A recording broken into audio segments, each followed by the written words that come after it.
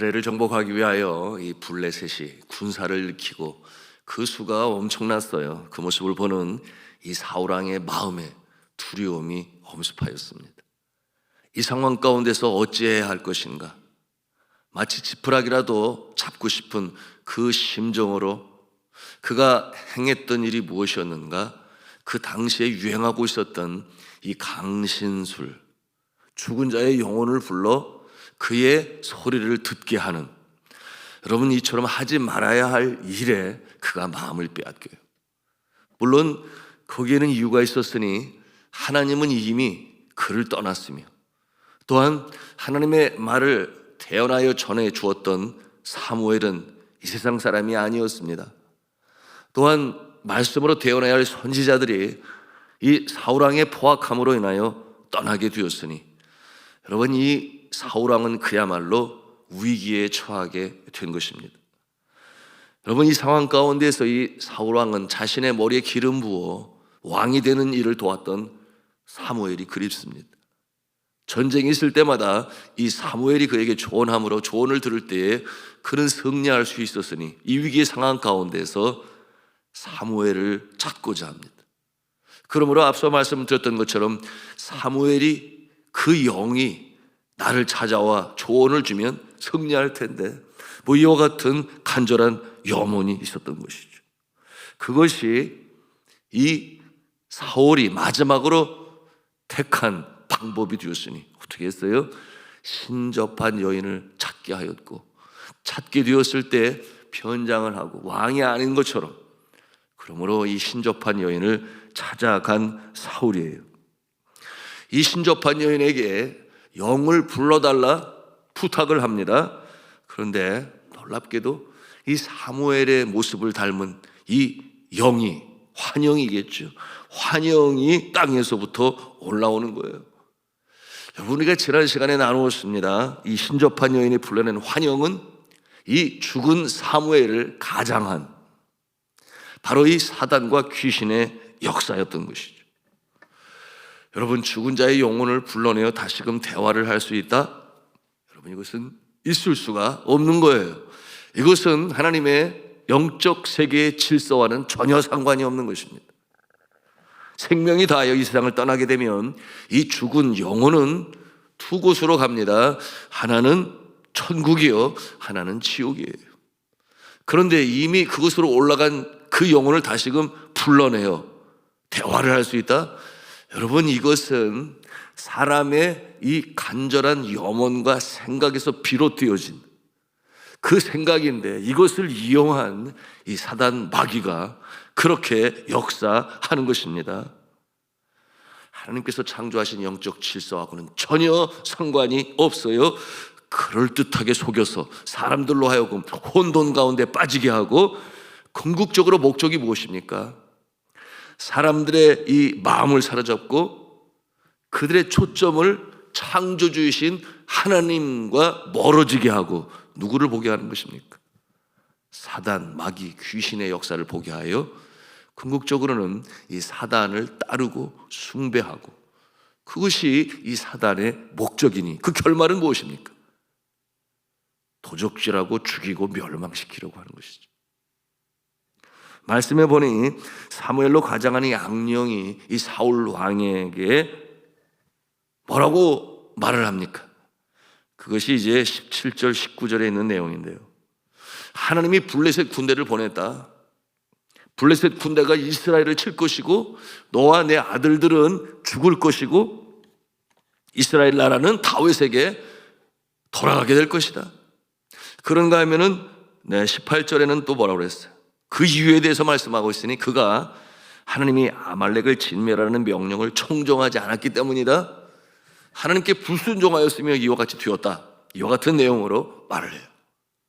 여러분 이 말이 타당한 이유를 말하고 있어요. 그럼에도 불구하고 우리는 이 끝까지 이 상황을 잘 주시하고 또한 깨달아야 할 영적 교훈을 잡아야 하는데요. 과연 이 말이 하나님께서 하신 말인가? 앞서 말씀을 드렸어요. 아니라고 그랬습니다.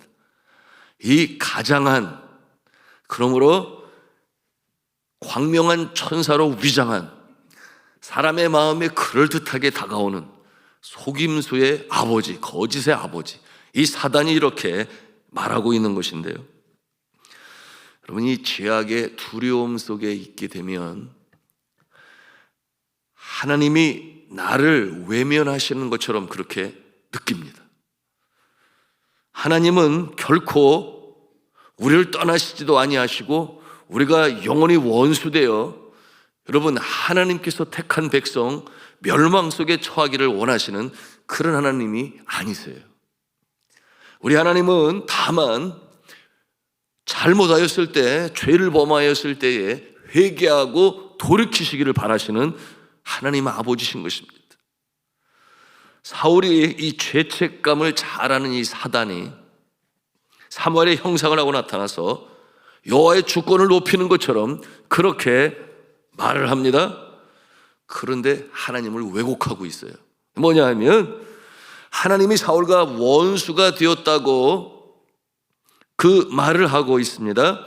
그리고 이 사울이 듣고 싶지 않았던 가장 두려운 말을 이 환영을 통하여 사울에게 하는 말인데, 여러분, 그것이 19절에 있는 말씀 우리 한번 같이 보도록 하십니다. 19절 말씀 같이 읽습니다. 시작.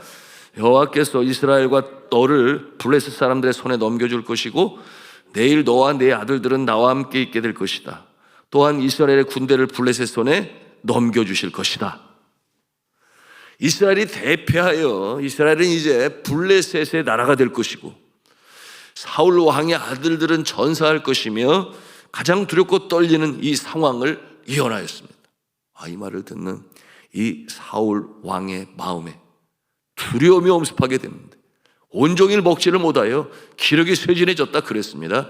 그러므로 정신이 혼미해지고 두려움에 사로잡혀 땅바닥에 쓰러지고 마는 이 사울의 모습이에요.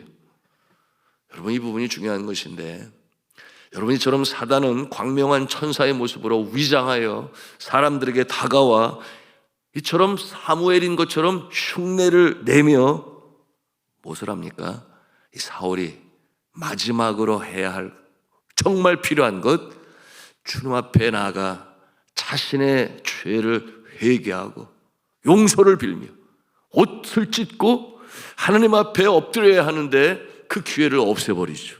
그것이 사단의 목적인 것이, 그저 두려움에 빠져서 절망하고 좌절하여 이러지도 저러지도 못하는 방황하고 위리하는 존재로 만들어버리는 것이 바로 이 사탄의 목적인 것입니다.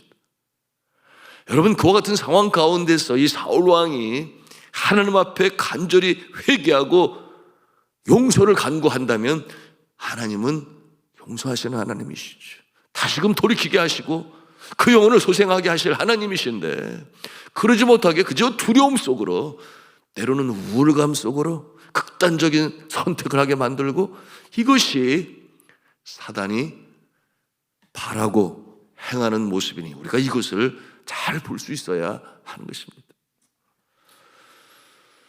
우리가 이것을 잘 알아야 되는데요, 하나님으로부터 온 응답은 사람으로 하여금 자신의 잘못을 깨닫고 회개하고 돌이켜서 그 영혼을 소생케 하는 것, 그것이 하나님께로부터 온 응답이요.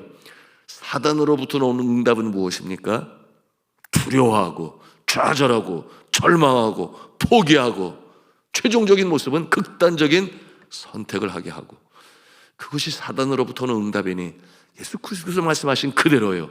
내가 온 것은 생명을 얻게 하고 더욱더 풍성히 얻게 하려는 것이라.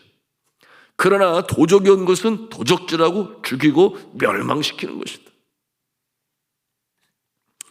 그러므로 성경은 이 하나님의 성품에 대해 뭐라고 말씀하세요? 예레미야서 29장에 11절에 이렇게 말씀합니다. 여호와의 말씀이니라 너희를 향한 나의 생각을 내가 아나니 평안이요 재앙이 아니니라 너희에게 미래와 희망을 주는 것이니라.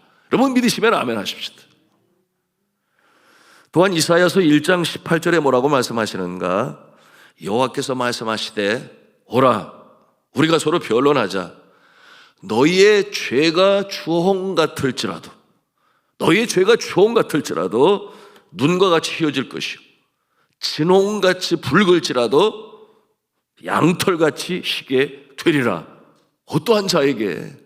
이에 대하여 그 전절에 분명히 그 조건을 제시하고 있어요. 이렇게 말씀합니다.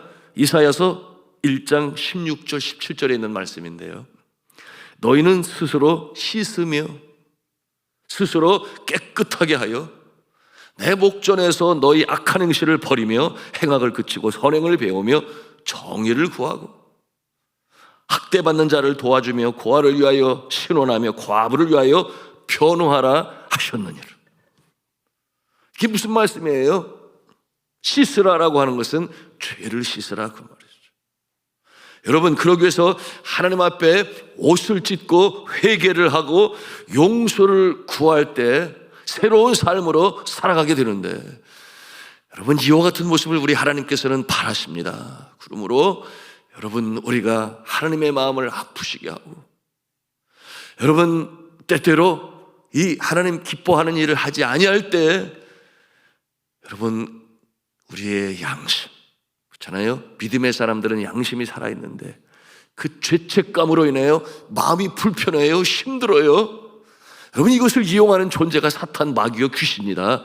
그런데 그럴 때 바로 주 앞에 나가서 나의 잘못을 고백하고 용서를 간구할 때 우리의 영혼이 다시금 소생하는 줄로 믿으시길 바랍니다. 그러지 못하게 하는 게 사단이다. 오늘 이 사울이 그와 같은 상황 가운데 처하게 된 것입니다. 이 궁지에서 이 사울은 빠져나갈 수 있는 묘수를 구해요. 그 궁지 가운데 어떻게 해서든지 빠져나갈 수 있는 묘수를 찾고자 하여 이렇게 신접한 여인을 찾아가지만 정작 그가 해야 할 것 무엇이었다고 그랬어요? 회개하고 용서를 간구하는 그 모습이어야 되는데 그러지를 못하고 가장 선결해야 할 그 일을 하지 못하니 이처럼 그 기회를 놓치고 마는 사울의 모습. 그러니 이 사울을 사단은 어떻게 조종을 합니까? 그의 죄를 한 번 더 상기시키는 거예요. 너 이렇게 잘못하지 않았어? 너 그렇게 죄를 범했지. 아말렉 족속을 진멸하라고 했는데 너 그러지 아니했지. 죄를 다시 한번 기억나게 하세요. 죄책감에 사로잡게 하는, 잡히게 하는 이 사단의 괴책이에요. 그러니 그 다음에 이어지는 건 뭐예요? 너는 용서 못 받아. 너는 용서 못 받아. 그렇게 하나님 앞에 악한 죄를 짓고 용서받을 존재가 못 돼. 이것이 바로 사단이 다가와서 두려움 속에 거하게 하고 좌절하며 절망하며 낙심하게 만드는 방법인 것입니다. 그러니 회개하지 못하게 하고 결국 자멸하여 멸망 가운데 이르게 하는 이 사단의 모습이죠. 여러분, 생각을 해보십시오. 하나님께서 응답을 주시지 아니하시는데 사무엘이 응답을 줍니까? 하나님이 응답을 안 주시는데 사무엘이 영이 나타나서 응답을 주겠느냐 그 말이에요. 먼저 해결해야 될 문제는 하나님과 우리 사이에 막힌 이 담을 헐을 때에 하나님께서 어찌하든지 그 심령에 응답을 주시겠죠. 그러지 아니하는데 환영이 나타나서 응답을 준다. 그건 사단과 귀신의 장난일 뿐인 것입니다. 여러분, 사무엘은 이미 죽은 사람이요, 이미 하나님의 품에 안긴 자예요. 여러분, 하나님께서 응답하실 때 직접 응답하시든지 아니면 이 땅에 살아있는 선지자의 입술을 통해서 응답하시지. 그러므로 전도서 9장 5절에 뭐라고 말씀하는가? 죽은 자는 아무것도 모른다. 그 얘기는 뭐냐면 죽은 자를 의지하지 말아라, 그런 뜻이에요. 그러면 사울이 왜 죽었습니까? 몇 가지 이유가 있는데, 첫째는 여호와의 말씀을 지키지 아니하였는데, 그런데 회개하지 아니한 것. 그리고 또 한 가지 중요한 것은 오늘 이 사건인데요, 이 사건에 대하여 역대상에서 다시 한번 재확인을 시켜주는데요, 역대상 10장 13절 14절이에요. 여러분, 한번 같이 찾아가서 직접 보는 것이 좋겠습니다. 제가 가지고 있는 성경은 627면에 있어요. 627면 역대상 10장 13절 14절에 있는 말씀.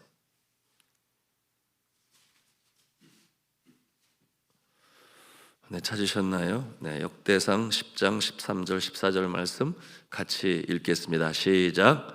사울이 죽은 것은 여호와께 범죄하였기 때문이라. 그가 여호와의 말씀을 지키지 아니하고 또 신접한 자에게 가르치기를 청하고 여호와께 묻지 아니하였으므로 여호와께서 그를 죽이시고 그 나라를 이새의 아들 다윗에게 넘겨 주셨더라. 이 신접한 여인을 찾아갈 것이 아니라 주님 앞에 회개함으로 용서를 간구하고 그럴 때 하나님의 응답을 들었어야 했는데,